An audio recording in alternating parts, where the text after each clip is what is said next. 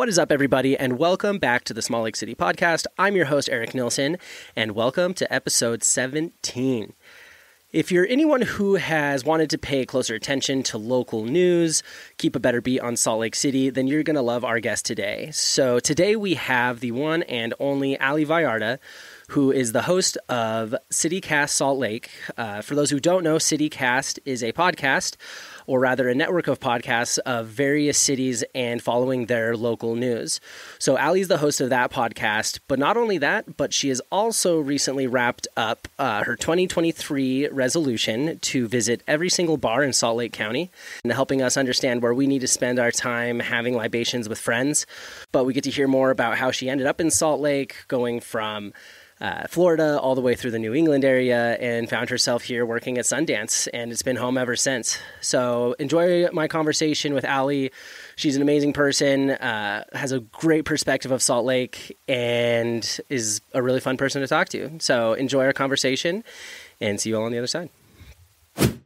I know. Do you like how I was like, hey, I need to take off my sweats so that I can put on different sweats? Yeah, well, it's like whenever I know I'm recording, like especially today, because it's like the first video episode, I'm like, okay, I actually have to think about this time. Oh my God. So it's been, I agree with the working from home, real pants, leaving the house. It's a travesty, but it's the one we live in. I'm trying to figure it out. Sometimes it is good. I one time heard someone say that like, if you are struggling to create boundaries around working from home, just getting dressed in the morning is a good way to like manufacture that. Like get up, get dressed like you're quote unquote going to work, and then get out of your work clothes at the end of the day. Yes. Because it's hard when you like, I finish work and then I'm still sitting in my living room, which is part of why I feel like I'm constantly out and about, specifically at bars, is because I'm like, I got to get out of here. Yeah. Also, if we started, what are we? There is no hard start. There's no end start. When you work from home and you finish the day and you're like sitting in the middle of your living room, you do need to get out of the house desperately. And so that is, I think, one of the reasons that I was like, oh, I'll just go drink at every bar in Salt Lake County. And then I never have to be home after like 6 p.m. Yeah. You have it built into your daily ritual. Be like, I'm leaving here and I'm going to go drink with my friends. Mm-hmm, exactly. And my dog is like, not again. Yeah, Mom's drunk. Because I had someone I worked with, like during the pandemic, someone brought it up, but it's what's the term? Shackleton's regimen, where when Shackleton and his crew were stuck in Antarctica and had to like maintain sanity because they had to survive there for the winter for the ice to break before they could leave. Right. What he implemented was like, hey, we're still going to clean the decks. We're still going to cook all the food. We're still going to keep our jobs because we have to keep mental sanity and work towards something. Mm-hmm. So in that same thing, like I'm a very regimented person. I go to the gym every morning. I stretch every morning. I meditate every morning.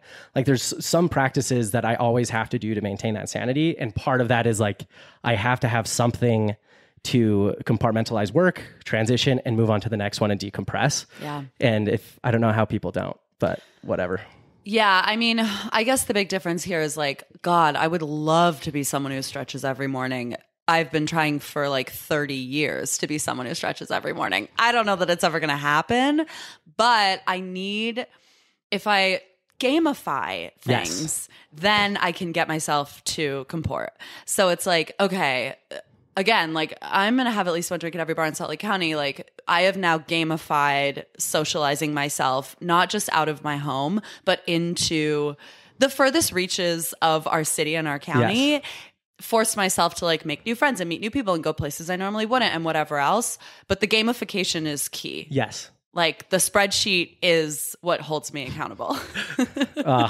Spreadsheets, quote unquote, that hold us together are the glue of society. Without it, we would be apocalyptic by now. If only mine was a budget. That rings too true sometimes. But it's like funny because like, as you mentioned, like you put yourself out there, you have, the Every Bar SLC, which we'll get into, but it's so funny because like with this, I've also the podcast called Small Lake City, which now that I've put this energy out there, chased after that energy, like they keep compounding on themselves.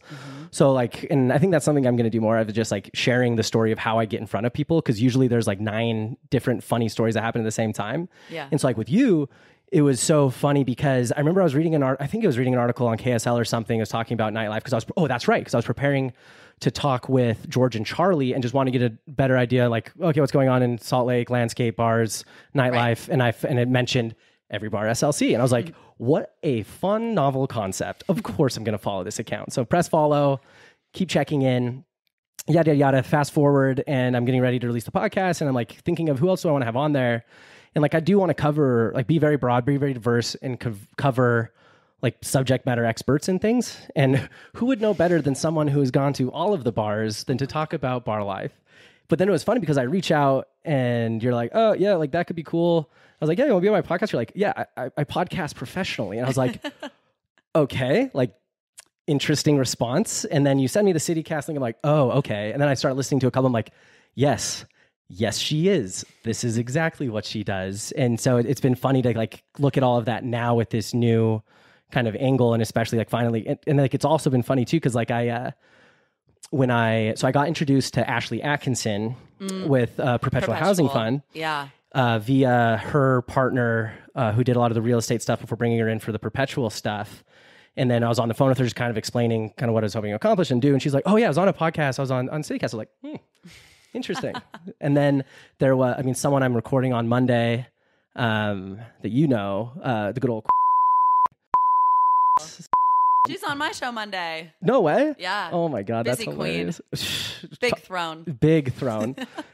Excited to hear her story because like one thing I love is like, because I kind of mentally put you and her in the same category of these out of state people who have come and created a community, especially around, I mean, let's call it content, social media, engage, like this broader world. Mm-hmm. And I do love like, and I've talked about it so many times on the podcast, that I do appreciate these people that come in from out of town because they have so much more of an appreciative nature of it because it is so novel and they chased after it. Whereas me growing up here, I'm like, oh yeah, like, Bonneville Shoreline's been there my entire life. Like, cool. Yeah. It's so interesting to hear you say that because one thing that we've tried to be really mindful about on CityCast Salt Lake, which, we make a daily hyperlocal, kind of more newsy focused show, though I will say like, it varies. Like any given day is like, where's the best burger in town? Or like, here's the story with the come and go in Sugar House, which is kind of how I met Kendall. Cause I think similar approach. And one of the things that we've tried to be really purposeful about is eschewing this sort of like, tell your friend Salt Lake sucks idea. Cause it comes up a lot and I understand it. I grew up in a tourist town. And so I understand like the reticence to seeing your city change dramatically, feeling like there's an inundation of people moving here. But one of the things I've noticed talking to a lot of born and raised Salt Lakers is that I don't know that like don't move here ideology necessarily comes from born and raised Salt Lakers. Like it almost feels like it's people who have relocated here that want it to stay exactly the way it was when they got here. Yeah. And it's like, it's such a funny urge, but I do think like, look, growth is happening. So we got to embrace it and figure out how to do it in a way that's smart. Right. And change is inevitable. You might as well grab it by the horns and at least try to do it in the way that you want to instead of trying to fight it because it'll never work. Right. But I want to go to the beginning because I know, because like you said, you're not from here. If I remember right, you're from one of my favorite parts of the country, good old New England area. Okay. Or am I completely mistaken? I want you to understand why my face just reacted that way because where I'm actually from, no one has ever described to me as one of their favorite parts of the country. You're like, who is this guy? I am from Florida. And so when you were like, one of my favorite parts of the country, I was like, could it be? And then like I knew he was a sociopath. New England, I was like, oh yeah, okay. I went to college in New England and I lived there. So what part of Florida are you from? Before moving here, but I am from Sarasota, Florida, which is like an hour south of Tampa. Got it. Tampa Bay kind of area. It's very Margaritaville. Like that is where I grew up. Like I remember like being not drinking age and like going to really divey kind of ramshackle places on the beach where like people would drink a pitcher of land shark and get drunk and dance and then like row in dinghies out to their houseboat where they would sleep for the night. Like that is like son of a sailor kind of beachy vibe. Very different from Salt Lake City and the Wasatch Front. I still don't ski. But this feels like home now. And I do think there's like, I don't know, there's like a little bit of Florida everywhere. Yes. Because there's a little bit of everywhere in Florida. Kind of like the opposite of Corona, find your beach. It's like Florida, we're waiting somewhere. Yeah. You don't know who we are. Right, exactly. Florida, where's your Corona? But like, I do think, it was such an interesting place to be raised. And I do love it. But Florida, and I hear this from Utahns a lot. Like, I think Utah and Florida share this problem of like, when you are from here and you leave the state, you spend the rest of your life defending it. Like, and it's that thing where like, if someone talks shit about your sibling, you're like, only I can talk shit about my sibling. Like, how dare you? And I think I feel that way about Florida. And I know a lot of Utahns feel that way too, where it's like, I'm going to make fun of like, you know, my Stanley Adventure Quencher carrying like suburban neighbors, but like, don't you dare come for those women. They are saints. Like, you know? And so I feel that way about Florida too. I'm kind of defensive. I mean, understandable. I mean, everybody has a little soft spot for their home, even if it's not a place that anyone would describe as one of their favorite places in the world. For sure. But it has its place. It has its need. Our retired folk love to settle down, and, you know, people are there. Good for them. It's where New York goes to die. Like, what more could you ask for? True. So grew up in Florida. I mean, what made you want to go up to the, very Northeast to go to school? Yeah. Pretty simple sort of answer is that I was an angsty teenager, and one of my parents was living in Vancouver, British Columbia, and the other one was living in Sarasota, Florida. And I thought, what place is equidistantly far from both of them? And so if you kind of draw lines, they meet in Vermont. And so I also like wanted to study foreign languages, and I went to a school that was known for foreign languages. And so it all just kind of came together. It ended up being the only college I applied to was the college I went to in Vermont, which was like a real gamble. And I was there for like 5 or 6 years. I actually lived in kind of near Burlington, Vermont, which there are, shout out to all your listeners who are from Vermont, because I know there have to be some. Like, I mean, even guest Corinne Benoit's from Vermont, so we've had a guest already. I'm from Vermont. Yeah, because I think in part people are like, wow, skiing on ice is so fun. I wonder what it's like to ski on powder. And so people move out to Utah. But I was living kind of near Burlington, and after 5 years of living in Vermont, and I was working this like pretty corporate job. I was working for Ernst & Young, the big accounting firm, and my house got struck by lightning and burned to the ground. And I was like, well, see ya. Like, well, it's no place for me here anymore. No. On to the next one. The house completely exploded, and it actually caused my roommate's car, which was in the driveway next to it, to completely explode. And my car did not. The windshield broke, and like part of the back bumper melted a bit. But when we went back to the property, so you weren't in the house when it happened? I was not. I was on a work trip, thank God, because my room was the attic, and I didn't have a smoke detector up there. I had taken it down. Like, shout out to my landlord, he tried.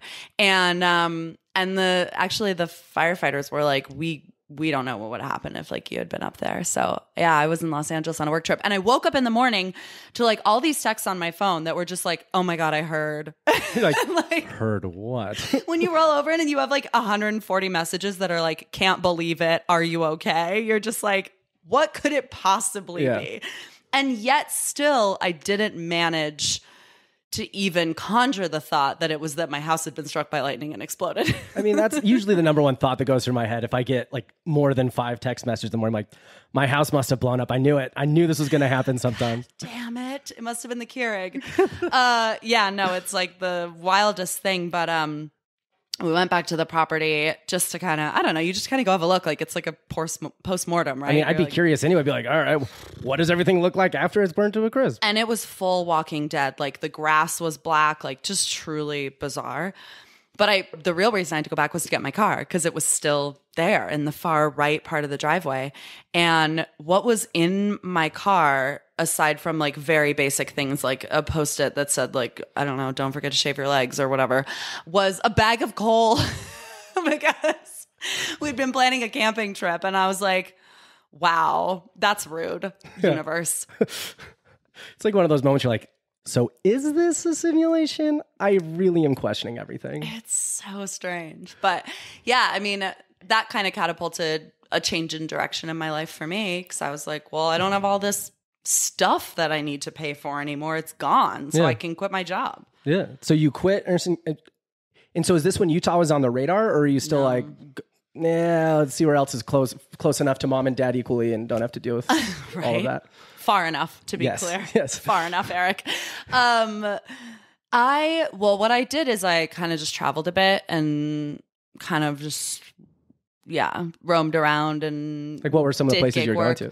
I went to Bali and I went to Thailand and I was like kind of traveling around the US quite a bit. Like I was working on this like horse farm summer camp where my friend ran this like... It's okay. You were a horse girl. We get it. I am still. I'm the vice president of the Backcountry Horsemen of Utah. The more you know. Yeah. But my friend ran this like kind of summer camp and it was really fun and silly. Like she would do stuff like all the kids would sit at a big long table and she'd say, today we're going to draw a chicken. And then she would go get a chicken and set it on the table and be like, go. And the kids would be screaming and the chicken is like, bah, bah, bah, and like running around the table and they're like trying to draw the chicken and just fun stuff like that. So I did fun stuff like that. And then what happened was I kind of got on working at film festivals, which is something I had done previously in my life before going to college. I was really involved with the local film festival in my hometown. Wait, because there's what's the one in Vermont? It's like pretty big though, right? There's one in Vermont. Well, there are a couple. There's like one in Burlington. I can't remember. I think it's just called Vermont Film. Got it. The Sarasota Film Festival in my hometown had its sort of heyday when I was in middle school and high school, and I always like volunteered there and stuff. And so I went back to Florida. I worked a year at the festival, and the long and short of it is that I ended up getting a job at the Sundance Film Festival. Got it. Which was, is one of the sort of pinnacle festivals. And so I moved out here to work for Sundance, and the plan was to live here for 6 months, and that was 6 years ago. Famous last words. I know. People do like talk about the sort of, I don't know if there's like an expression for it, but the landing in Utah, thinking it's temporary and still being here phenomenon. Like even at Sundance, my boss was Australian and he was like, oh, I came here for the Olympics in 2002. Like it's 2017. So here we are. Oops. Yeah. Oops. So, but this is such an easy place to make your home. I mean, I think the small lake city of it all is really accessible. And if you're friendly enough, like you'll make friends quickly. Totally. And like, that's one thing I really love about the Salt Lake community is there's space for everyone if you're willing to do a little bit of work. Because there's so many, because like with Salt Lake itself, there is a strong sense of community, which comes from, the LDS roots of, knowing all of your neighbors, you see them every Sunday, et cetera, et cetera. And then as people, continue to build these communities, some leave the church, some want to try to find another community to replace it with, you find this group of people trying to find communities as well. And that's where you find this also super strong counterculture in Salt Lake that tends to just arise time and time again. And there's so much nuance and detail to all of it that this is one of those places where if you are looking for a specific group of people and you know what you're looking for, you will be able to find it. Yeah. And it's not that way with a lot of the people. Like even when I was living in Seattle, the Seattle freeze is a saying everybody says, like it's so hard to make friends there. Yeah. And even as you get older, it's harder just in general. And then you throw yourself in a new geography, new place, new people, and it's overwhelming. Yeah. I think Salt Lake has such an interesting cross-section of people. And I think often about like Salt Lake accessories, like the way that we sort of accessorize ourselves in this city to nod or signal to other people that we might be in their community. Like when you see someone with a Stanley 40-ounce adventure quencher tumbler, like you're just like, I see you, girly. Is that full of Diet Coke and Pebble Ice? Like, yes. You're safe here. You know what I mean? This is your space. And I also think tattoos. Yeah. Like tattoos are a big sort of way that people communicate to each other in this city that like they're maybe could be in community together naturally. Yes. So yeah, there are like, I don't know if you're wearing a GG Pip, there's just like, I feel like Salt Lake has accessories. Yeah. And it's very specific to, because I think that's a funny like thing I've never really thought about too much, but Salt Lake people are very communicative of how they like present themselves. Where like it's almost like if you had like a speed dating, it's like, all right, here's this person, you got like 30 seconds to look at them, tell me like 5 things about them. Yeah. It's one of those places where I think I could do pretty good. And yeah, exactly. I think your point about tattoos is spot on. Like I went to Michigan this year with a friend, and she was kind of talking because like I have tattoos. I mean, we were going to the lake, and if you like, they're on my thighs. So if I'm wearing a swimsuit, you're gonna see them. Yeah. And she's like, yeah, just like my family in like Michigan's not a tattoo place. And I was like, okay, like that's fine. Like okay. Yeah. But then it kind of like started this thought pattern. I was like, oh yeah, like Salt Lake is that way because again, like a lot of people that do want to be part of the counterculture, it's an easy way to be like, see, I'm not part of them. like I'm obviously like in very drastically not part of that. Yeah. And has been kind of like an identity for a lot of people that, I mean, whether it's intentional or not, it's always kind of been that way. And so so when you came to Sundance, did you know that you wanted because like you said, like Sundance is almost like this pinnacle of like film festivals. You're like, this is where I want to go. This is where I want to be. Yeah. And did that include Salt Lake and like Park City, or did you just know that this is an organization that you wanted to work for and be a part of? No, I didn't think that I wanted to live in Utah for a long time. And actually, when I finished 6 months at Sundance, I was in the process of applying for a full-time job at the Toronto Film Festival. I was going to ask if that was one that you do from there because it's so close. Yeah. And I was doing pretty well. I was like moving through the interview process pretty swiftly, and I felt like I had pretty good chances. But at the time it was it would have been spring 2018. And Donald J. Trump was the president of the United States of America, and I have a green card. My dad is Canadian? Mexican and my mom's Canadian. So I have Mexican and Canadian papers, and then I have a U.S. green card. Got it. And So I could work in Toronto because I am Canadian, but at the same time, if I took a full-time job there, then I would be removing a little bit, like making more shallow some of my roots in the United States. And I was basically afraid that I could lose my status, which is both warranted and unwarranted. But it was a really tumultuous time, especially for people who are immigrants. Yep. And so I withdrew my application. And I got on a political race that was happening in Utah. And I did that for 9 months into an election year. And then that just kind of snowballed because I was working on a Senate campaign. And the thing about these like statewide elections is that you see so much of the state. Like I was living in Sugar House with, friends who, some of them were like born and raised Salt Lakers. And they were like, yeah, we don't really like go to Brigham City. And I was like, wow, because I've been to 3 different grain farms in Tremont. Yeah. I've had dinner at Maddox now like 4 times. Like, what's your favorite restaurant in Bluff?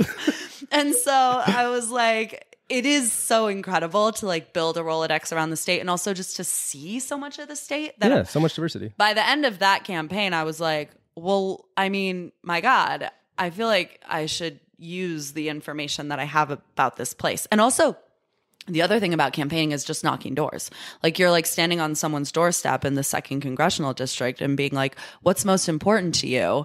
And they might say, zoning in my residential neighborhood. And they might say the deep state. And you're like, okay, like here you have to make something of all of this. Yeah, we all got to eat. So, it was just a really interesting way to like start to build an analysis of what this state is and who Utahns are and what it can look like. And it's also just such a time of immense growth. And so that was when I kind of decided, okay, I'm going to stay here. And it's such like an intimate way to get to know this. Cause like if I were to go, I mean, let's say Chicago, if I want to go to get to know Chicago and say, okay, I'm going to go there for a weekend.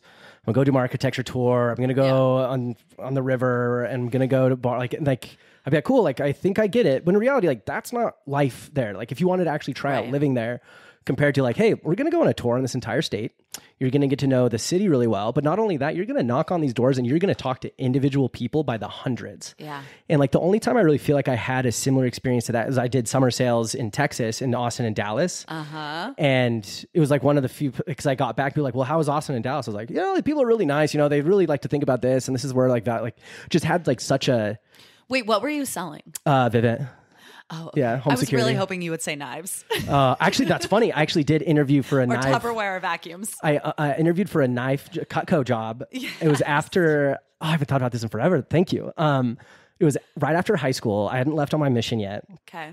And my mom's like, hey, you need to get a job. Like, you just can't sit here for like 6 or 7 months. And I was like, fair. And so all of a sudden, like I think I saw it like on like, I mean, this is 15 years ago. And I was looking on some job board like, hey, do you think you could sell knives to stay-at-home moms? I'm like, yeah. Like, are you determined? I'm like, yeah. They're like, do you want money? I'm like, yeah. They're like, then come here at this meeting every Wednesday at 7 and we will tell you. So I go, and of course there's like, you can make so much money selling it. You can do this. And I'm like this 18-year-old dumbass. It's just like, yeah, I'm in. And so I like get all their and of course they'd bring everybody into the room after. They'd give you the spiel. Like, we really saw you in there. We really think you have a lot of like potential. And I'm like, yeah, I do. I'm here. And then so lo and behold, like I get in my car, drive home to my mom, and I'm like, Mom, you're never going to believe this. And I start talking to her and I just see her eyes glaze over and she's just kind of like smirking and nodding. She's like, don't do that. like let's go find something else. And like, I think I catered for my friend's mom's company and did a couple other random things, but yeah, glad I didn't do knives. I remember one time talking to my friend's mom, a friend from college's mom, and she was like, girls, you'll never guess, like one of your former classmates knocked on our door the other day and was like, can I come in and cut through this like piece of marble with this knife and like prove to you that it's the sharpest shit around? And I think she actually was like, I did buy one from him just to be like, we're in community Thanks together. for the show. Yeah, right. But that's wild. Yeah, I mean, knocking doors is like, it requires a level of bravery that I do think like we are going to lose as a society if we stop trick-or-treating altogether. And trunk or treats, I get their intention, but they're ruining the spirit of Halloween. I'll throw it out there. Hot take. Yeah, I tend to agree with that. We need to make our streets safer so that kids feel safe walking down them. How dare you be so pragmatic? But, right. But yeah, like just feeling like you can just go knock on someone's door. There are so many reasons that I think people don't necessarily feel that right now in this state in particular, but it's a cool thing. Totally. And so you're you're knocking all these doors, you're working for political campaigns. I mean, at what point transition into more of this like CityCast, or like how did that come to be? Or are there other steps in between there? One of the jobs that I had coming out of politics was working at KUER, which is the local NPR station here. Yep. And I was hired to do events and engagement. And then while I was at the station, the host of kind of their like primetime show, Radio West, Doug Fabrizio, he would always kind of like ask for my opinion about things because I was young and like very opinionated and always kind of like pitching ideas to him and his team. And so what happened is I ended up basically becoming a producer on that, a part-time producer on that team as well. So I was doing events and community engagement, and then I was also producing Radio West on the side. And the pandemic arrived, and there were no more events and very little community engagement. And kind of simultaneously, I was looking for other roles, and I ended up going to work at a progressive political organizing group called the Rural Utah Project. Okay. And we were at the time doing like a lot of voter registration drives in rural Utah, specifically on the Navajo Nation, et cetera. But while I was at KUER, one of the things that I had chatted with a colleague about was like the idea of making a daily like news podcast at the station, and thinking about how like that is how people get information these days. And like this is the new daily radio habit, and et cetera, et cetera. And he later sent me this Google form from CityCast National and said, there's this guy. His name is David Plotz. You probably know him because he is the founder of Atlas Obscura. He hosts Slate's Political Gabfest. He used to be the editor-in-chief of Slate magazine. And he is like trying to build a national network of local news podcasts. So what they want to do is resource local teams to make hyperlocal content that looks and feels and sounds like their city, and is. And so he sent me this Google form and was like, this is like kind of the thing that you were thinking about like the whole time you were at the station. And I filled out this freaking Google form and like sent in a little audio clip of me telling a story, and I was hired. That's so cool. Yeah. I mean, did you... Cold casting. Because obviously, I mean, for everybody that follows CityCast, they know that you are the host, the voice of it all. Did you know that you wanted to be the host, or in your mind, were you like, I just kind of want to do producing thing, I want to do this, or you're like, no, I want the role, give me the mic? I applied to be the host. Love that. I was like, I don't know. I mean, I also just feel like you apply to be the host, and then if they tell you that they're going to make you a producer, you're like, great. Aim for the stars. What I hit the need is a moon. job. Yeah. We're in a pandemic. Have you heard? So I did apply to be the host, and there were a couple stories that I told as sort of like part of my audition tape. And one of them was about going to a movie with my friend Sid at the Broadway and walking out of the theater, and she had this like thing of toilet paper stuck to the bottom of her shoe, and someone who was walking down the street was like, hey, you have like toilet paper stuck to the bottom of your shoe. And I basically talked about how I feel like that is a very Salt Lake situation, because in most other cities people would just be like, sucks for her. Yeah. Dumbass. But like only in Salt Lake City are people like, hey friend, like just wanted to let you know, like got a little toilet paper, like how was your movie? You know? What'd you see? Oh my God, that's so great. You're like, okay, that's Small Lake City. Like we're kind, or at least I think most of us are trying to be. Totally. No, I think that's absolutely true. Or like even in my head right then, I was like, what would a New Yorker say in that situation? What would someone from LA say in that situation? They would just take a photo of you and tweet it. Yeah. Like, this is going to go viral. A stupid person with their toilet paper on their show.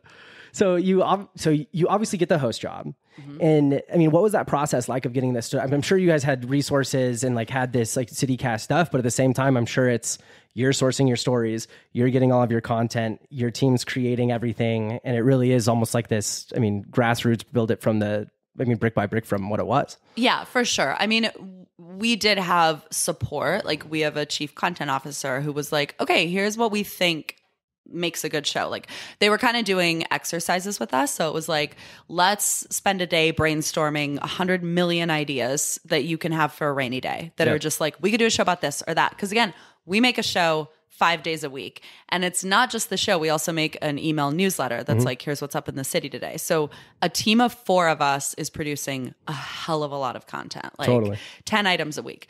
And so, they were like, tell us, like send us photos of your favorite buildings and we'll like turn it into a logo of your skyline for you and things like that. But in terms of just like showing up and hitting publish and hoping that more than my mom listened, like that was terrifying. It's really vulnerable.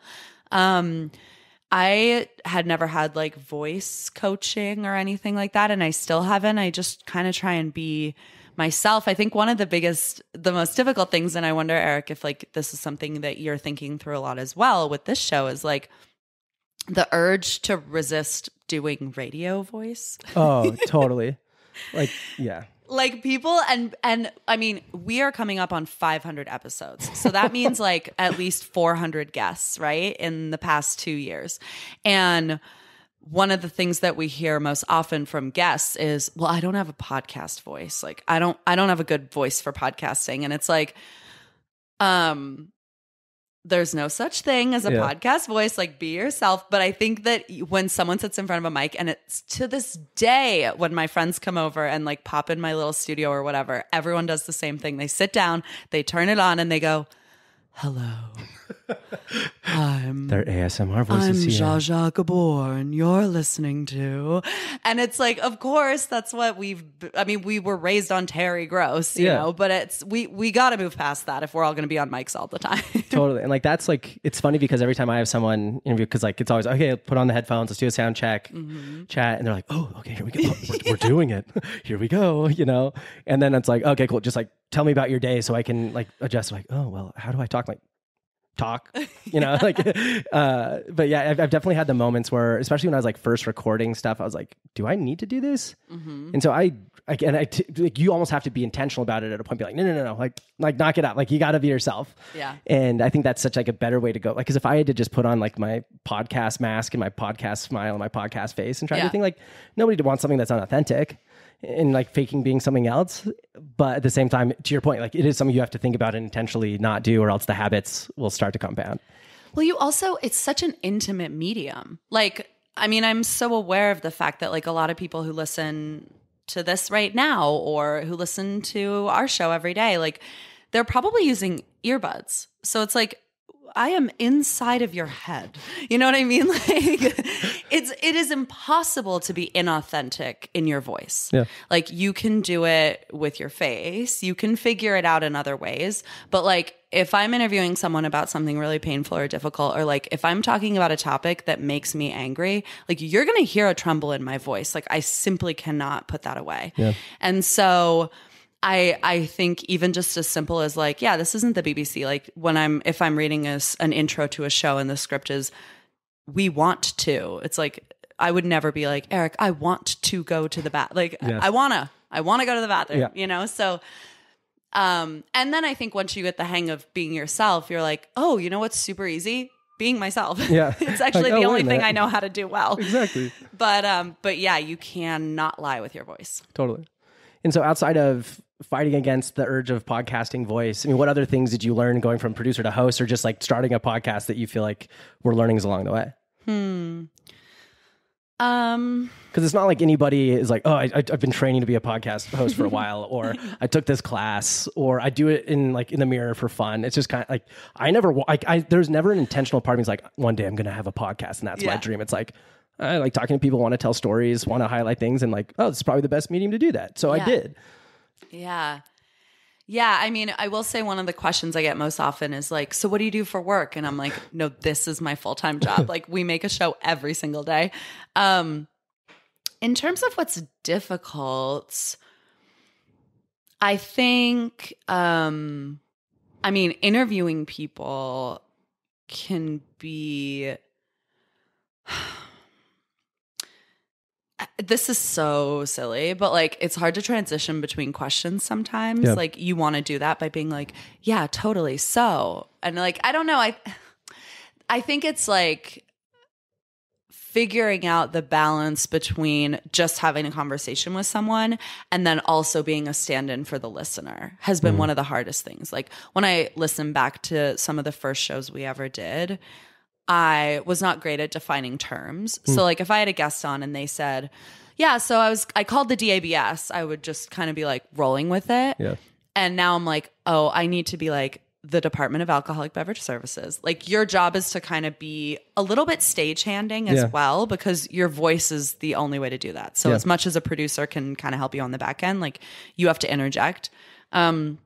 So I think figuring out how to be both a performer and a participant and a listener at the same time can be hard. Yeah. And then I think also just like making people feel comfortable when you're interviewing them. It's frightening, I think. Like most people don't have media training and they're passionate and they want to share, but like it's so easy to overthink something, especially if like I ask you a really basic question. Like if I'm like, so what's this project about? And you're like, this is it. This is this is when I got to get everything in a 30-second answer. Totally. That can be really stressful. So figuring out how to hold space and warm people up and make them feel comfortable without making them feel patronized, you know? And like that. So my previous day job before the day job I have now was doing a lot of market research, a lot of like in-depth interviews with, subject matter experts, et cetera. And like, that was a good way to get into it. Like naturally, like, and my therapist is the one that gave me this term, but is like tabling, because I never really could like define what this like thing I like to do. And I was talking to her one day, I was like, I just really love, like my favorite thing is like 3 or 4 people around a table, bottle of wine, and just everyone smiling, talking, and just like, oh yeah, tabling. I was like, okay, got it, defined. Yeah. And so I knew I had this passion for just getting together with people, understanding how they tick, great, like authentic conversations, getting beneath the skin, but then also have this experience with market research where like there's an intended thing that we need to uncover, thing that we need to understand. And so like, as with like the podcast, like it's coming together with both of those, where a lot of me and like the questions in the conversation I have is just like my natural curiosity. I just have like a fun way that I get to go about it. Yeah. But at the same time, I do have like a general flow that I try to keep in, but also don't want to be too beholden to that, because if some tangent comes up, you're like, wait, no, we got to keep going down this one for a second, but we got to come back eventually. Yeah. And some people definitely struggle with that, but I think like to your point, it's such an important skill to have, and it's a hard one to get if you're not quite there, but it's something that's very beneficial in that, and just being able to collect people's stories in a concise way. Yeah. It's the Drew Barrymore approach to interviewing. Like, do you ever watch her show or watch clips from her show? Yes. She has a chaotic approach to interviewing. But I'm kind of like, is this the future? Just being like, wait, let's go there. Like, because I mean, at the end of the day, like, we are all consuming so much information. I also think sometimes on our show, like, what we like to explore the headlines. Yeah. But it's also often the case that people have already seen the headline. So what can we offer them beyond the headline? It's context. It's a deeper understanding. Maybe it's a reporter being like, cracking this story required me to do X, Y, and Z, or like maybe uncomfortable in these or that ways. And so sometimes if something is fun and it's interesting, like, you just got to go there. Totally. And then there's the magic of editing, which we try not to lean on too much. But, you know what I will say? This is something that I've really learned, is not to lean on the urge to retrack things. Like, because when we're in post, if I phrase a question in a ridiculous way or I sound like an idiot, there is a temptation there for me to just hop on and re-say it. Yep. You know? And there are moments when it's necessary. Like, Allie, we fact check this thing and you got the number wrong. We got to retrack it, like, because we fact check all our shows. Right. But it's a crutch, and you get better if you just like can bear to listen to yourself and hear your tics and then not do them. Yeah.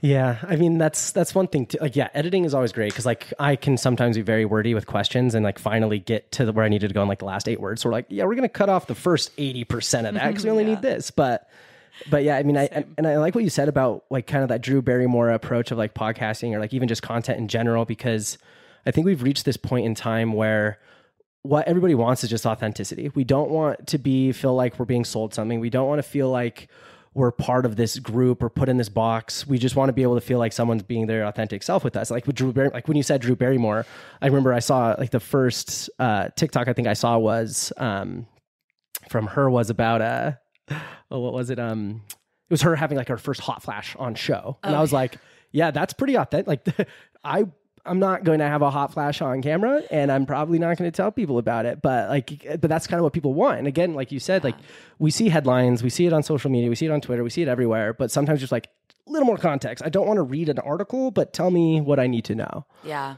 Yeah. And I do think like one of the things that's appealing about CityCast Salt Lake for people is the sort of like, we read the news so you don't have to approach. Like, there's so much information. It's so easy to fatigue. It's nice to be told what matters and why. And I think it's also just like, as is the case with this show as well, the more hyperlocal you can be, the better. Like, one of my favorite things about my job, because often people are like, oh, you work in like news media? Like, is that exhausting? But not like the old news media. Right, yeah. But it's also like, I never have to say the words Mitch McConnell. Like, I've never had to say them once on our almost 500 episodes. It's like part of your contract. You're like, I'm not saying this. I've never had to, I don't think I've even ever had to say Donald J. Trump, like, or Barack Obama. Like, we talk about our city council. Like, the rock stars of our show are like the city planner, you know, the city transportation director, John Larson, is like, he's like as like big name as it's going to get.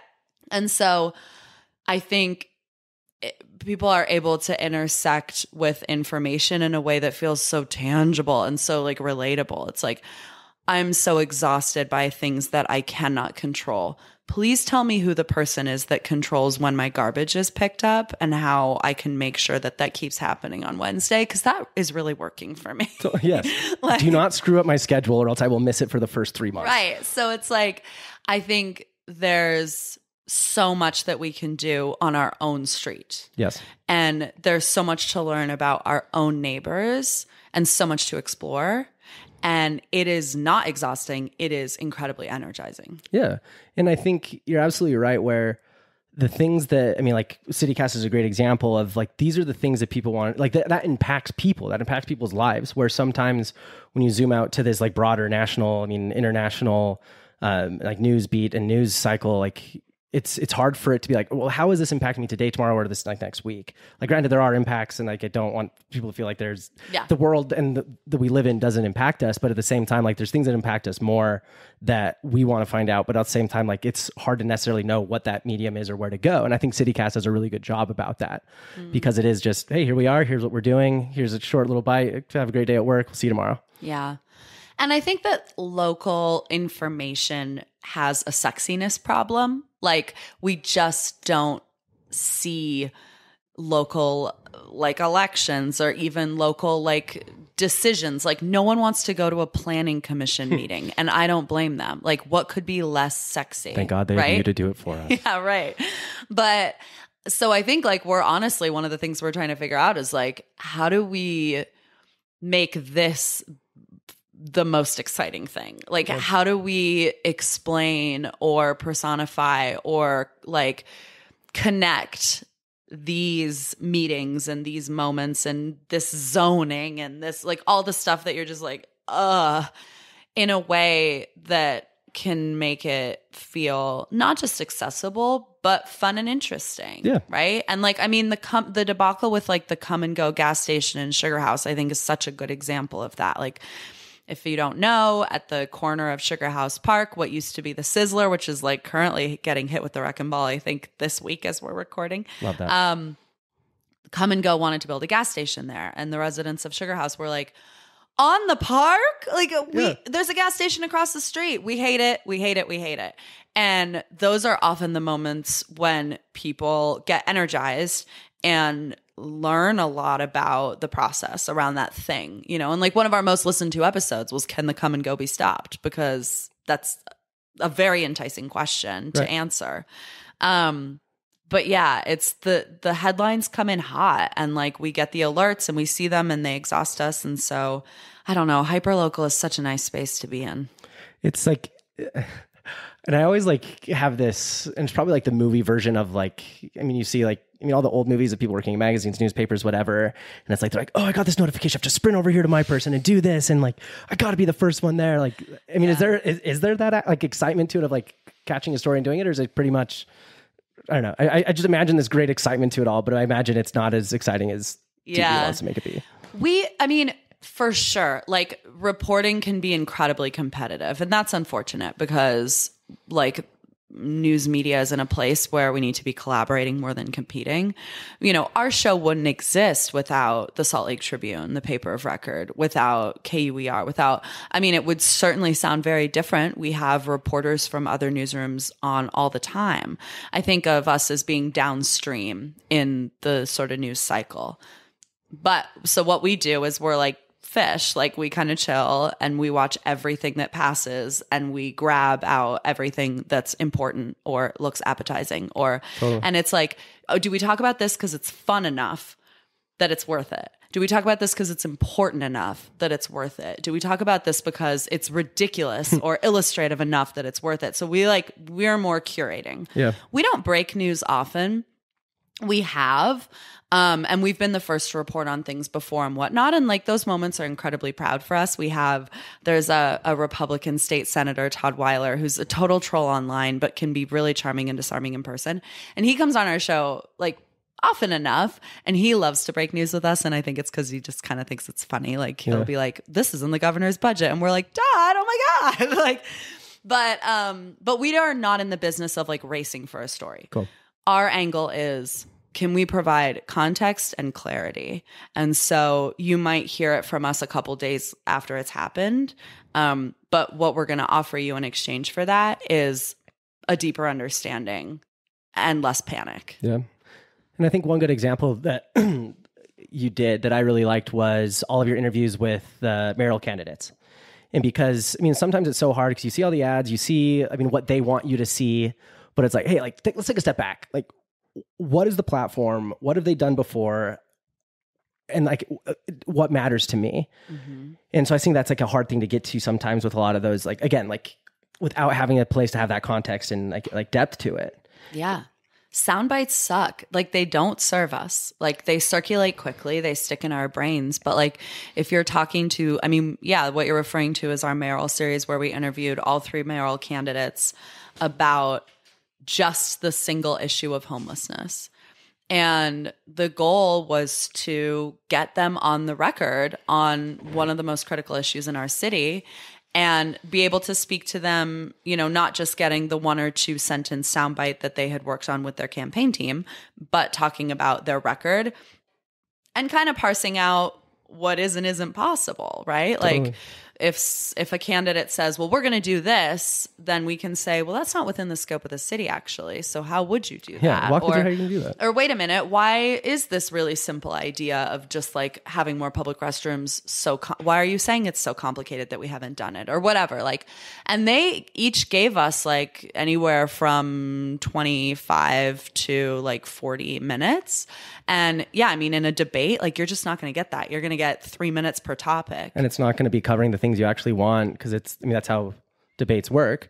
And like, I think that's one thing, again, like where podcasting is coming in right now, this intersectionality is that, like, again, context. And one good example on the same topic of races is like one of my favorite podcasts is the All In podcast. And they've had so many presidential candidates be like, all right, like we have anywhere from an hour to 2 hours. We're going to ask a lot of questions. Not a lot of them are going to be easy, but you got to answer them. And there's like times when they've caught people on their heels. They've like you talk about like, oh, that's not in your scope. How are you going to do that? Yeah. You know? And I think that's really is what people want. Because I don't think I've ever talked to someone about a debate or a race or something like that where they're like, oh, I'm very confident about who I'm voting for and what's going on. And I can tell you exactly why. It's usually very divisive and manipulative. But at the same time, if you can have a place where you can push people a little more and actually get them to talk about it, I think that's the direction that we want. Yeah.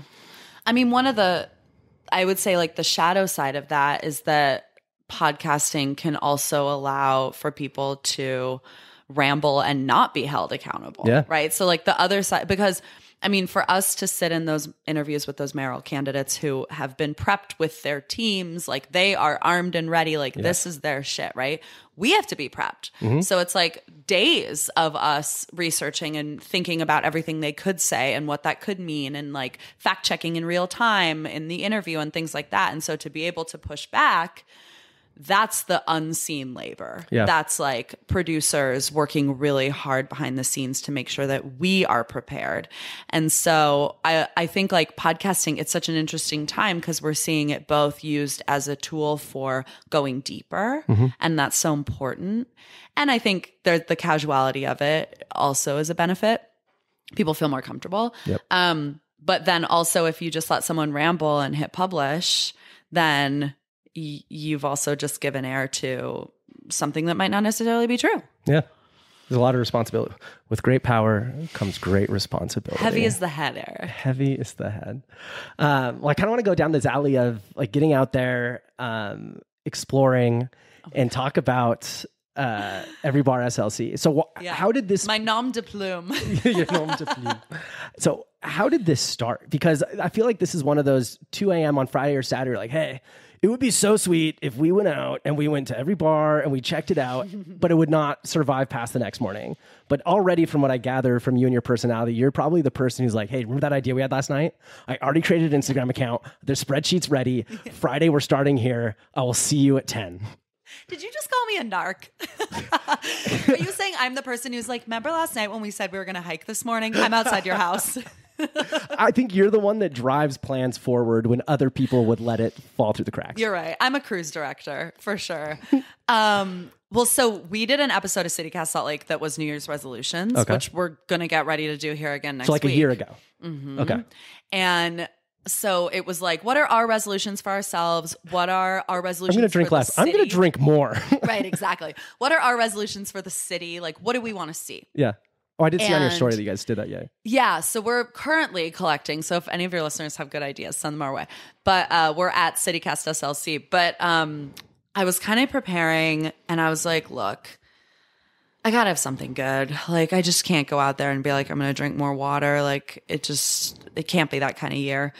And also, like, on the heels of the pandemic, like, our bars and restaurants have absolutely been through it. Like, there's every reason to be getting out there and shouting off the rooftops how amazing service workers are in this city. And so I was like, I'm going to have at least one drink at every bar in Salt Lake County. And our executive producer, who was sitting on the mic with me doing the episode, was like, are you sure? And I think she was like, how many are there? Like, let's tease this out a bit. And to your point, I was like, so I already made a spreadsheet, and I was able to, you can actually just download a spreadsheet from the Department of Alcoholic Beverage Services, the DABS, of all the active liquor licenses. And so some of the parameters are, even if I've been to the bar before, I have to go again. Like here's what I should say. There are 218. So 218 in 365 days. So even if I've like been to the Pearl before, got to go back again. this year. Which is a great place to go again. It's totally the best. Got to have at least one drink. Got to give it a Harvard try. You know what I mean? Like, make a friend while you're there, walk the perimeter, see every room, like really do it. Not just like run in, take a shot, run back into the street. And then I did make a spreadsheet, and I have put like the date for every time I visited. And then I was writing little descriptions, but then you can see where I started to get kind of haggard and stopped writing descriptions. It's like basically mid-year. And then there's an Instagram account, Every Bar SLC, where I've been kind of posting photos and stuff like that to hold myself accountable. But I didn't think it would be this easy. It's better on that side of it than the other. Because when I said this, and then all of a sudden I was like, well, now I've said it. And like people who on a listen, podcast to a lot of people. Right. Which is published for indefinitely. People started reaching out and being like, can I be your intern? Like, and then there were also like people on Twitter being like, you'll never do it. Can't wait till July when you give up, whatever. And it's just been so goddamn fun. And like, fortunately, most of my friends are also really interested in like getting a drink, like, you know, and I do think some of my friends are excited to not like right now what it's like to be in my life is that if you're like, Allie, oh my God, let's catch up. Like, it's been a minute. The text that you're going to get back from me is like, absolutely can't wait. Want to go to the Bout Time in West Valley. Well, that's actually when I started following Every Bar, is when you did the Bout Time day where you went to all the Bout Times. Yes. Yeah. So very relevant. We've done some hysterical crawls. I did 4th of July in Magna, which is technically in Salt Lake County, and did like at the strip club in Magna at 2 p.m. on the 4th of July. My friend Shireen is eating a salad, and I'm like, here we are. Perfect. We have been, what were some other calls that we did that were really fun? Oh, all the country clubs, all the downtown hotels. I'm doing all the ski bars on, I don't know when this will air, but I'm doing all the ski bars on December 18th. So basically like, I love those themes too. I know. Well, because like if you turn everything into a crawl, then you really can start to organize and like heat map. Yeah. And then also like people have interests. Like we did all the veterans bars on the Friday of Veterans Day weekend, and I have 2 friends who are vets who came along, and they were like, I would have never, like, I'm a veteran, I would have never been to any of these places. And like, so it's been fun to be a little bit thematic about it.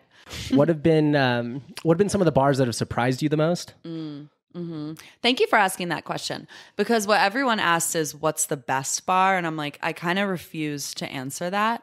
Well, like on that note, like if you did, like, let's say I asked you what the best 3 bars were, I could probably give you like 5 and probably get 1 or 2 right. We know what like more or less thematically are, but there's a difference between being like, this is going to be a good place, I have a high expectation, and it meets it, compared to saying, do I want to get out of my car right now, and coming back being like, well, that was a pleasant surprise. You know, like when that expectation is below that, like the actual experience, that's what I'm curious about. Like otherwise, like you hop on Google, hop on Yelp, sort by rating, and you'll probably be more or less right. Yeah. Yeah. I mean, I was surprised that I had probably the best cocktail of my life at the Seabird in Draper. I love Seabird. When my Seabird, because I lived at Fort West at Hardwire, I would go to Seabird, and I worked at Gateway. I'd go to the Seabird there all the time for like happy hours and stuff. And Matt, the founder of both of them, is probably one of my favorite bartenders in Salt Lake. I had an unbelievable cocktail at the one, and I've been to the Seabird at the Gateway before, though I think when I was there, I just had a beer, so maybe I wasn't giving their cocktails a fair try. But the Seabird in Draper, I popped in and had an unbelievable cocktail and was like, why am I not pre-gaming IKEA? Like, I think that's the other thing that I've realized. Before I get this Hugendorf, it's time to go get a Verde. Completely. Like, you know what makes it easier to assemble a Hemnes dresser? A cocktail. You won't like fight with your spouse at IKEA if you're both drunk enough. Yeah. It has been a fun like side effect of this project to think about so many places in the city differently now, because I'm like, oh, we can get a drink at X that's close to Y. Like, it's like, now I know that Paxton's Pub is basically in the parking lot of the Target on 3rd West. And I'm like, I'll never walk into Target without having had a beer first ever again. So that's been like kind of surprising. There's a bar that's, I don't know if it's technically in Murray or Cottonwood Heights, but it's called the Midway. Have you heard of this place? No. This might be my most surprising amazing time of the year. So it's right next to the Post Malone's Raising Cane's, the all pink one. Yes. And this bar is, I would say, circus themed, but circus themed light. Like no clowns, none of the bad circus stuff. No it's like soft circus. Yeah. It's like there's sort of like in the middle of the room, there's kind of a circus tent painted thing. They have a carousel horse you can just like sit on and watch karaoke. They have an incredible darts setup, like a full wall of darts. And the way that they do darts there is that it's free to play, but you have to bring your own darts. And if you don't have them, you can buy a bag from them, and they're $7, $6 or $7. So it's like this little plastic baggie with a sticker on it that's like the Midway, and it's the logo is a big tent, like circus tent. And then you get your darts. And then if you go back, you can play for free forever. You just got to bring your own darts. What a perfect souvenir. My beer was so cold that the glass had like ice around the rim, which is a dream scenario. In the front, they have these really lovely fire pits, like a big, big front patio with multiple fire pits for hanging out. I went for karaoke on a Monday, and I swear to God, everyone who sang was like a professional singer. Like, I'm like, you sound like Amy Winehouse. What's happening in Murray? What's in the water in Murray? Like, just had the time of my life. Could not recommend it enough. The Midway. Love that.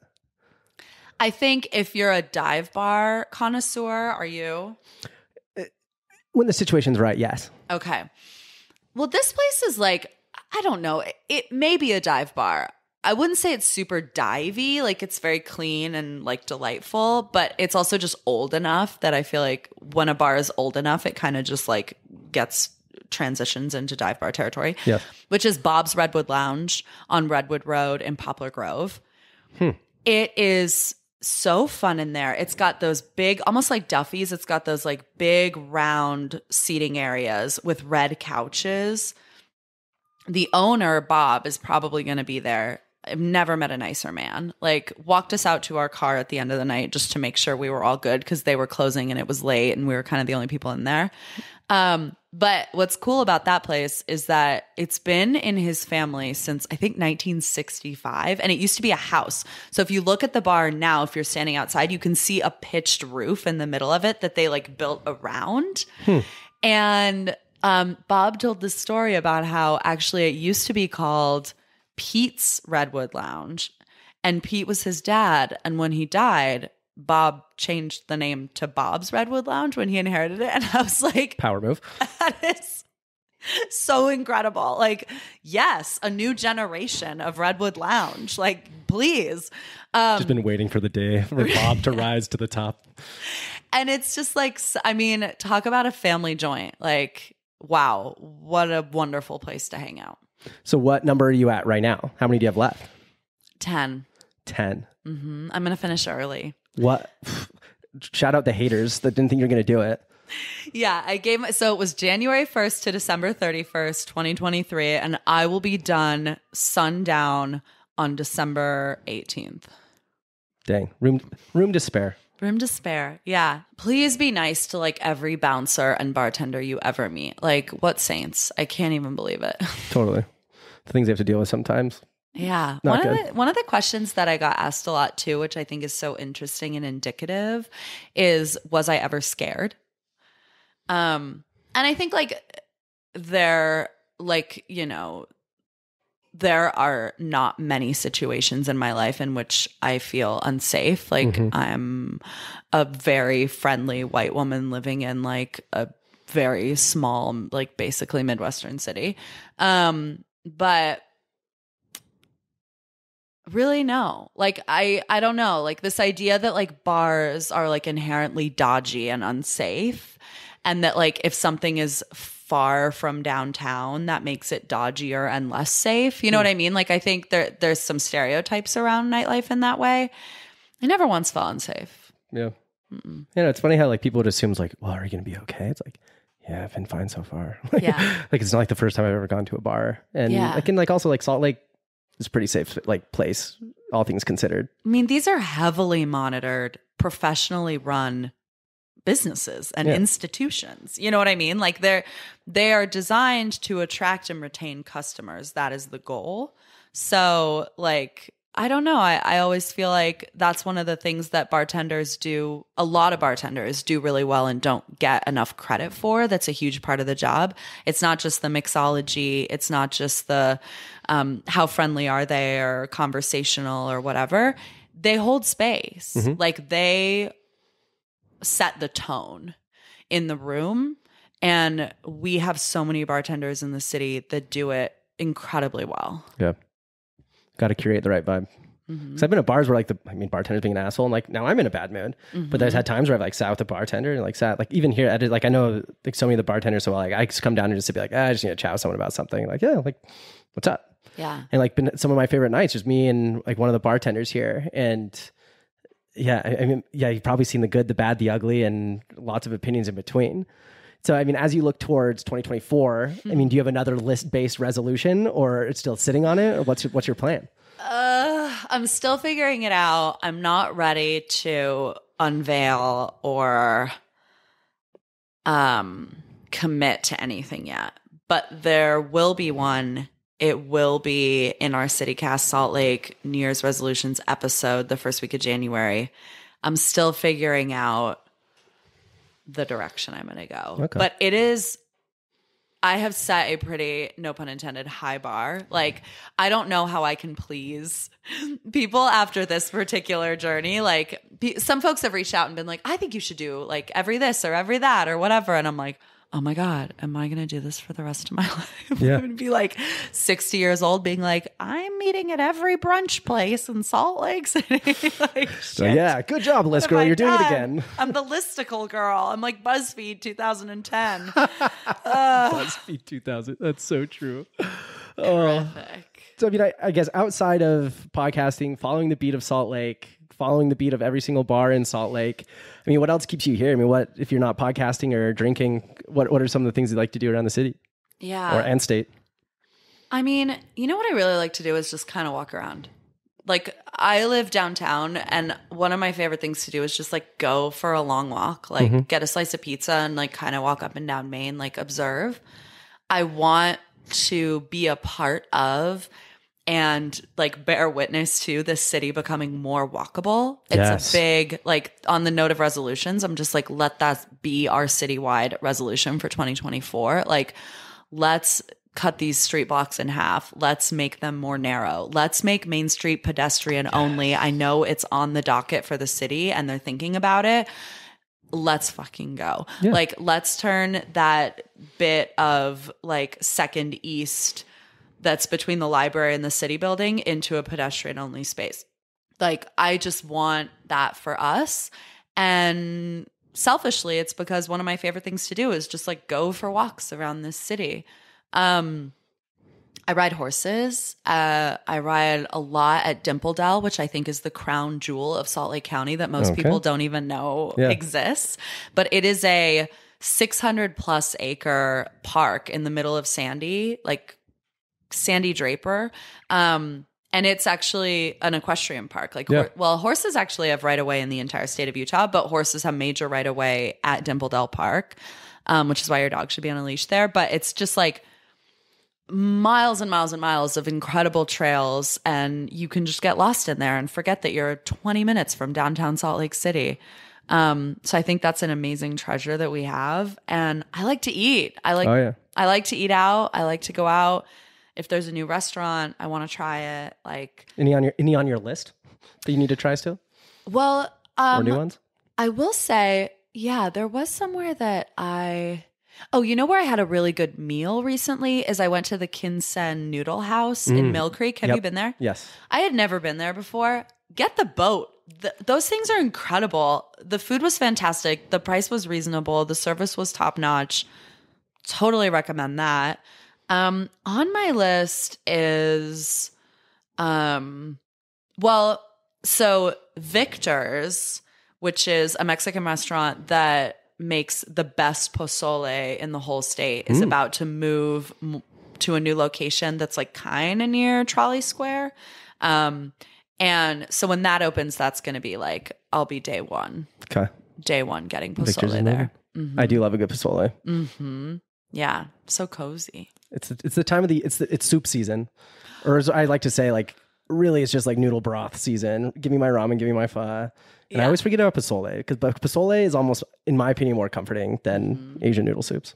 There was a time during like the pandemic when, you know, all these bars and restaurants were trying to figure out how to get people in the door, whether it was for takeout or something else, that Alibi was making pozole. Ooh. And it was so good. And I loved that it was downtown. And so I'm excited that Victor's is going to be like closer downtown for downtown lunch breaks. Yeah.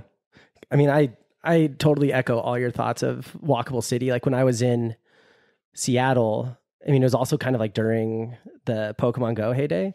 So what I would do is I would just throw in my headphones, open my phone, throw on like a podcast, music, audiobook, whatever, and I would just go walk around, catching Pokemon, finding these new places, writing down new restaurants. Yeah. And I think that's part of Salt Lake that, because so many people are from here and really haven't experienced like a walkable town where like you're like, oh cool, I'm out the door, I'm gonna walk there, see you in 10 minutes, instead of like get in my car, I'm gonna go park and do this. Because like when you do walk through towns, I mean, even biking is like a similar experience. You get so much more interaction with it. You get to hear all the sounds, you get to smell all the smells, you get to see all the people, you get to talk to people, and you get like so much more drawn into the humdrum of it all. Whereas if you're just in this like fishbowl of a car, you really don't get that same experience. And I remember when I was in college, I had it was short lived, but I think I did it for like 2 months where I'm biking everywhere. If it's far enough away, I need to take tracks. And it was just such a great experience because like I was having these authentic conversations with people because they were right next to me. I got to, just be so much more present. And I think people don't understand the power of that, of really just like walking around and interacting of it all, because we're so used to having a car culture. And I think Salt Lake really is like broader Salt Lake is like a prime place for e-bike adoption, but I do want Salt Lake itself to be so much more of a walking culture. We don't need to drive 3 blocks to go somewhere. No, I mean, my relationship with density is incredibly selfish, and it's that I want all of my friends to live like within 7 blocks of me. Like I want to be able to walk to all my friends' houses, you know, like I'm like, let's just get cozy. Let's do it.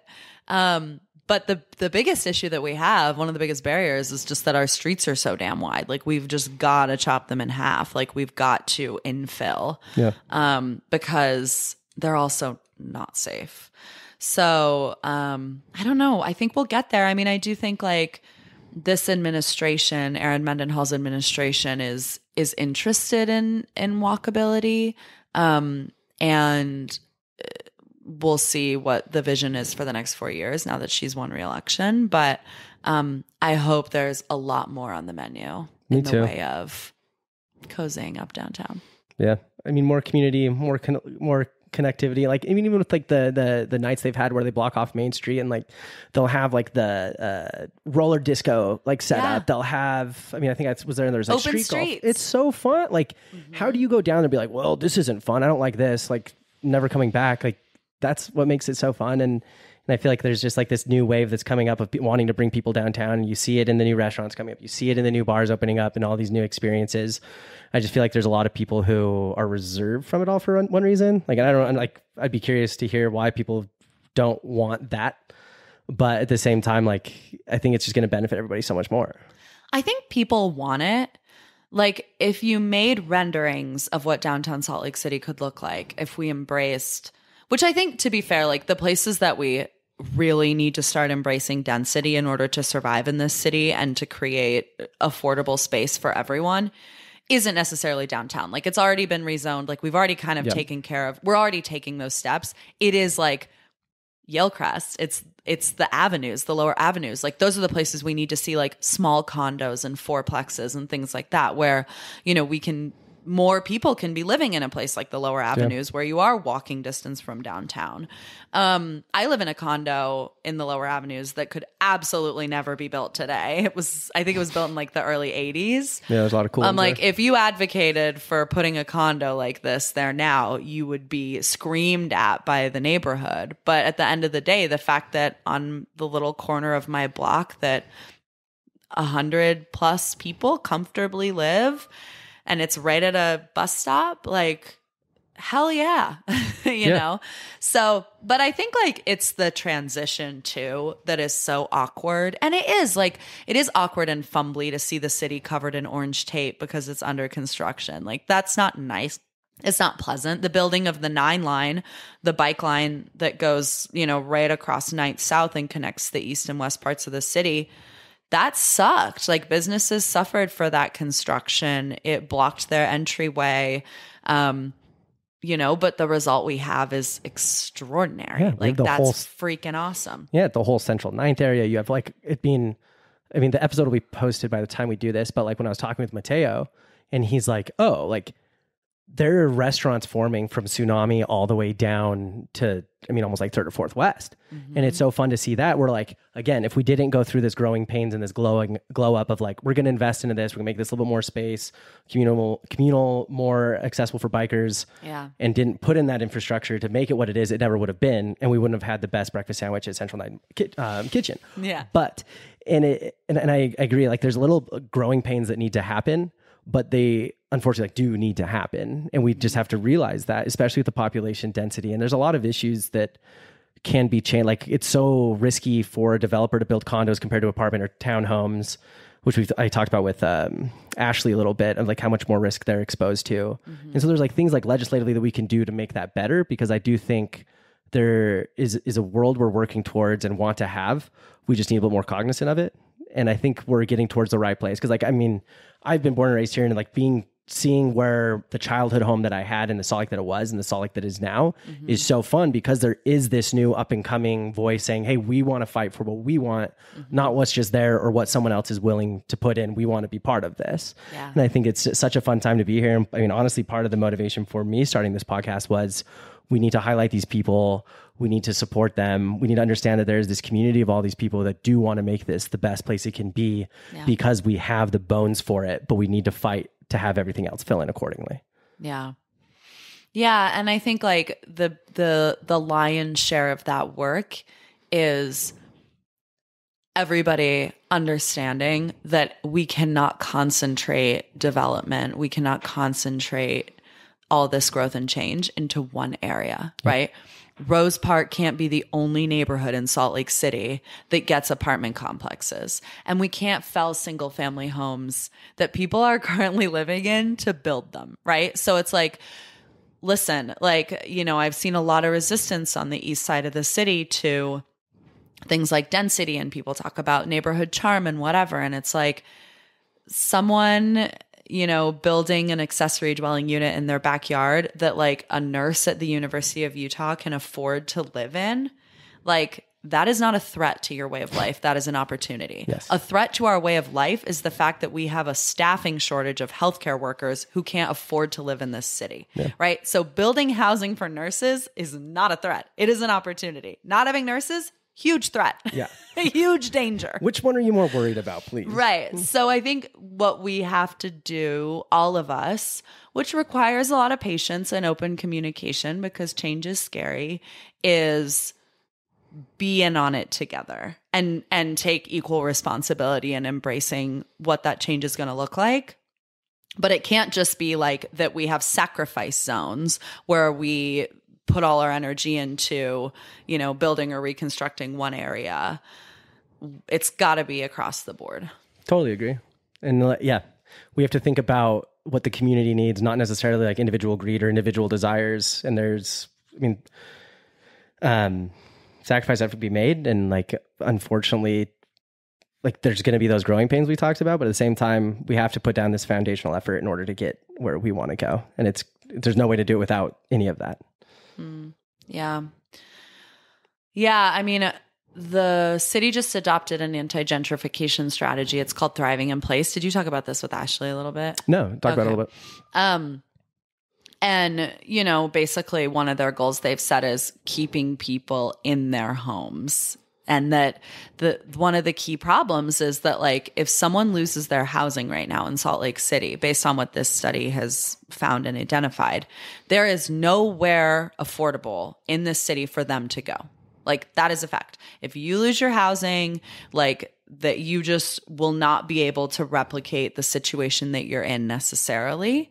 And that is a huge threat to specifically working class people in Salt Lake City.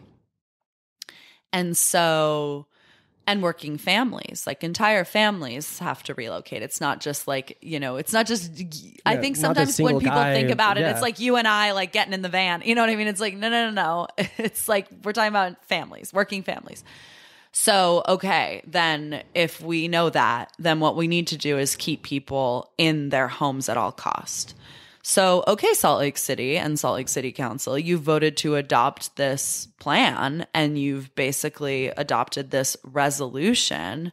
I'm interested to see how they make good on it. How do we develop in the ways that they're interested in while keeping people who are housed? Mm-hmm. That is going to be, I think, hopefully the vision that the newly reelected mayor lays for the next 4 years, and hopefully something that we witness in the next few years. But it's a tall order. Yeah. Like, that's having your cake and eating it too in a lot of ways. Totally. I'm not an urban planner though. Yeah. I'm just an idiot with a podcast. I wouldn't call you an idiot with a podcast, but you do have a podcast. No, super cool. I like your thoughts on walkable city. We need to keep people because when you take away someone's house, it's almost like the reverse osmosis of the American dream. It's like, and we're just going to take all this opportunity, anything away from you and spit you out on the street. Yeah.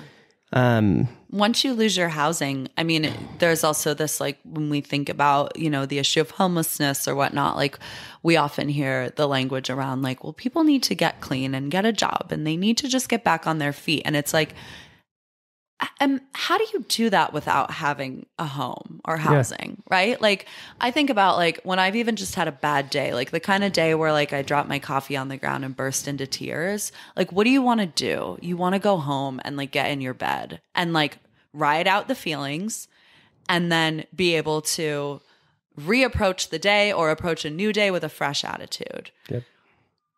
It's so important to have a safe space to recharge.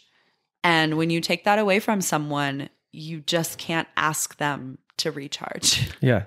They're like instantly go, like when someone loses their home and goes home, is faced with homelessness, there's like this almost like carnal recession that has to happen. You go from like, I need to go home to decompress. Like I have to fight to survive. There's these other issues of, weather, threats from other people. Like it changes everything. And people are like, yeah, why don't they just get clean and do this? It's like, not that simple and a little condescending. And especially like when you think about, the opioid epidemic and everything that happened with that and how much like guilt there is with that. It's like, hey, like there was an entity that we were supposed to trust that put all of this on the streets, put all this in people's veins and mouths. And then all of a sudden they're screwed, and then they just have to like do better. Like it's hard. It's a hard pill to swallow for a lot of people. And thing that we need to do better, just to treat people like humans and get people better. Because like at the end of the day, if us as a society aren't growing and improving the average life of everybody, then what are we working towards? Yeah. Like just so everybody, like a couple people can get richer and do all that. Like it's kind of gets a little insulting.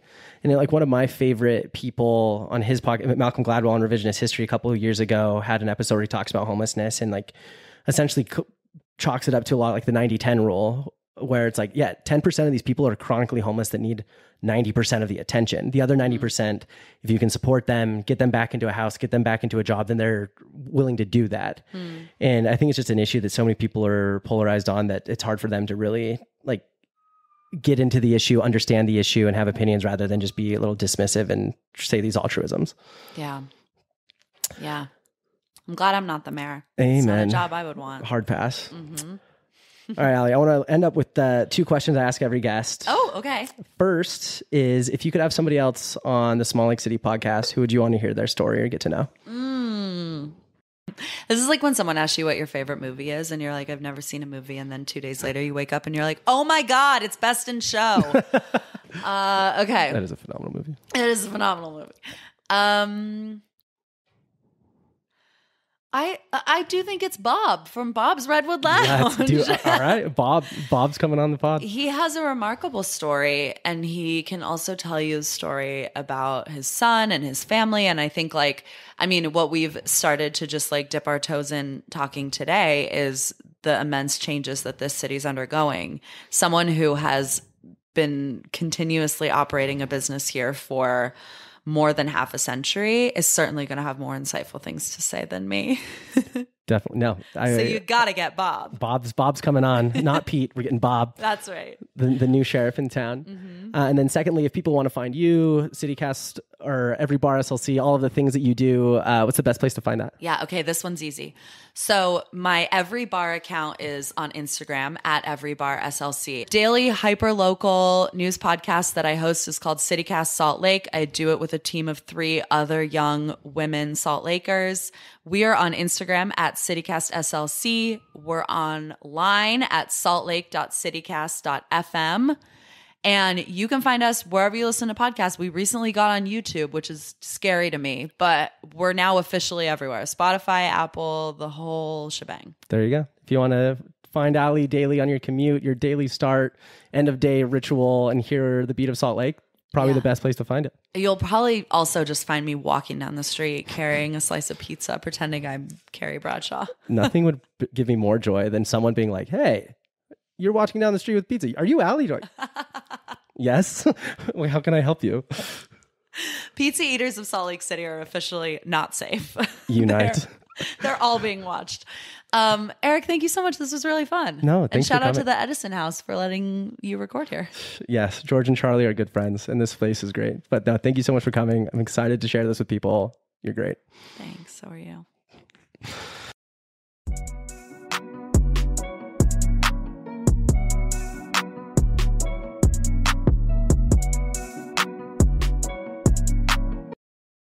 Thank you so much for listening to this week's episode of Salt Lake City Podcast. Don't forget to like, follow, review, subscribe, and share this episode with your friends. And we'll catch you next week. We'll see you there.